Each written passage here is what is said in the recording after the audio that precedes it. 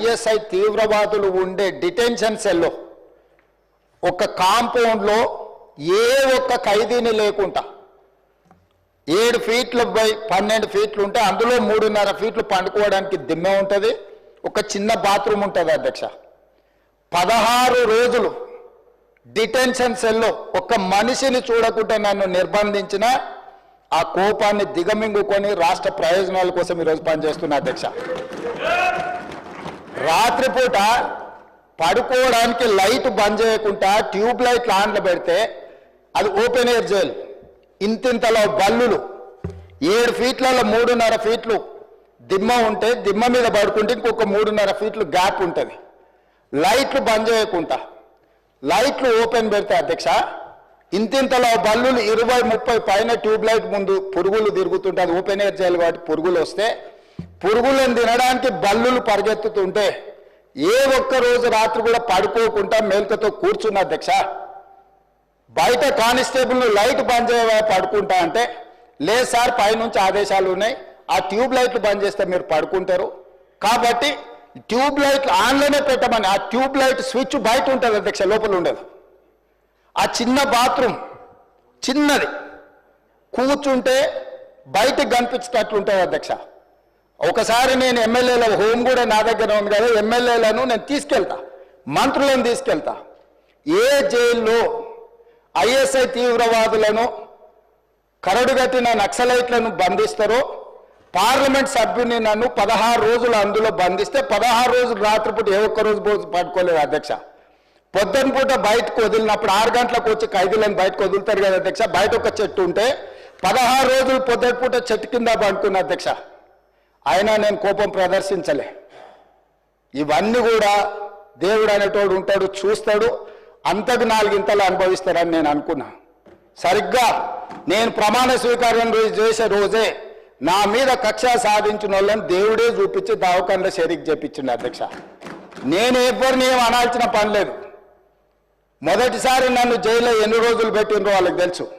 నా బిడ్డ లగ్గం ఉంటే కూడా లగ్గానికి ఇంటరిం బెయిల్ 2 గంటలు పోయి లగ్గం చూడడానికి కూడా అభ్యంతరం పెట్టి ఢిల్లీ నుంచి న్యాయవాదులను తీసుకొచ్చి ఇక్కడ వాదించి ఆయన బిడ్డ లగ్గపత్రిక రాసుకోవడానికి కూడా వెళ్ళడానికి వీల్లేదు అని చెప్పి కోర్టులో వాదించిన వాదనలు అక్కడ ఉన్నాయి అధ్యక్ష. కోర్టు నాకు కండిషనల్ బెయిల్ ఇచ్చింది అధ్యక్ష. చెర్లపల్లి జైలు నుంచి ఎన్కన్వెన్షన్ ఫంక్షన్ హాల్కి పోయి నా బిడ్డ లగ్గపత్రిక రాసుకొని అక్కడి నుంచి సీదా మళ్ళీ చెర్లపల్లి జైలుకి పోయిన అధ్యక్ష. రాజకీయ కక్ష సాధింపు మీద నాదా? నా బిడ్డ లగ్గానికే పోకుంటే నన్ను అడ్డుకున్నా ఎవరికైనా అధ్యక్ష, మన పిల్లల కంటే మనకేముంటుంది అధ్యక్ష ఈ భూమి మీద? నా బిడ్డ లగ్గానికి లగ్గపత్రిక రాసుకోవడానికి కూడా అడ్డుకుంటే కూడా నేను మిమ్మల్ని ఏమనలే.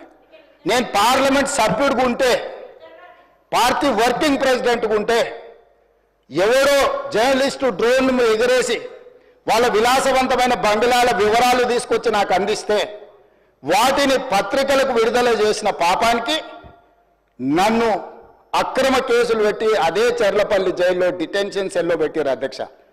16 రోజులు నిద్రలేని రాత్రులు గడిపిన పార్లమెంట్ సభ్యుడిగా, పార్టీ వర్కింగ్ ప్రెసిడెంట్గా అయినా నేను కక్ష చూపించలేదు అధ్యక్ష.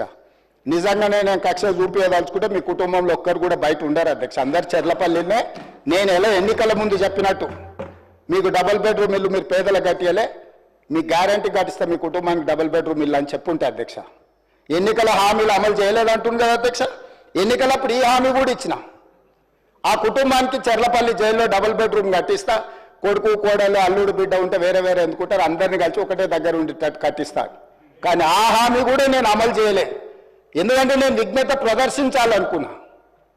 ఈ అధికారం ప్రజలు ఇచ్చింది ప్రజల సంక్షేమం కోసం, తెలంగాణ రాష్ట్ర అభివృద్ధి కోసం, పారదర్శకమైన పరిపాలన అందించడం కోసం నాకు అధికారం ఇచ్చిండ్రు. ప్రజలు ఇంత పెద్ద అధికారాన్ని, ఇంత పెద్ద బాధ్యతను ఈ వయసులో నాకు అప్పచెప్పింది. నా కోపం కోసమో లేకపోతే నన్ను నా పట్ల వాళ్ళు వ్యవహరించిన విధంగానే వాళ్ళ పట్ల నేను వ్యవహరించడానికి ప్రజలు నాకు అధికారం ఇవ్వలేదని విచక్షణను ఉపయోగించి ఈరోజు కూడా వాళ్ళ మీద ఇంతవరకు అక్రమ కేసులు పెట్టలేదు అధ్యక్ష.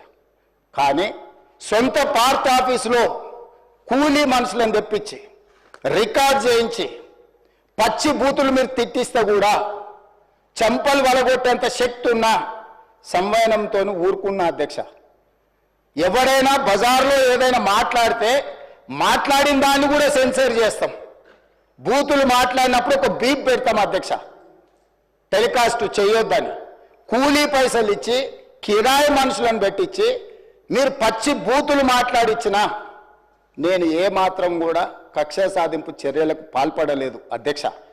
కాబట్టి ఈరోజు మేమేదో కక్షా చర్యలకు పాల్పడుతున్నట్టు, మేము కక్షా చర్యలకే పాల్పడితే ముఖ్యమంత్రికి ఉన్న విశేషమైన అధికారాలతో మీరు ఒక్కరైనా బయట ఉండేటోళ్ళ.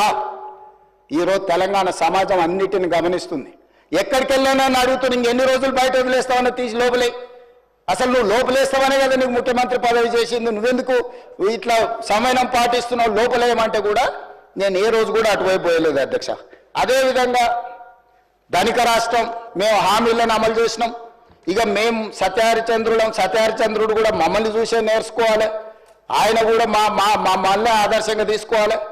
ఇట్లాంటి మాటలు మాట్లాడుతుంటే పర్వాలేదు, వాళ్ళ గొప్పతనాలు వాళ్ళు చెప్పుకుంటే నా ఇప్పు నువ్వు గోకు నీ ఇప్పు నేను గోకుతా అనే పాలసీలో వాళ్ళ గురించి వాళ్ళు గొప్పలు చెప్పుకుంటా అంటే నాకు అభ్యంతరం లేదు.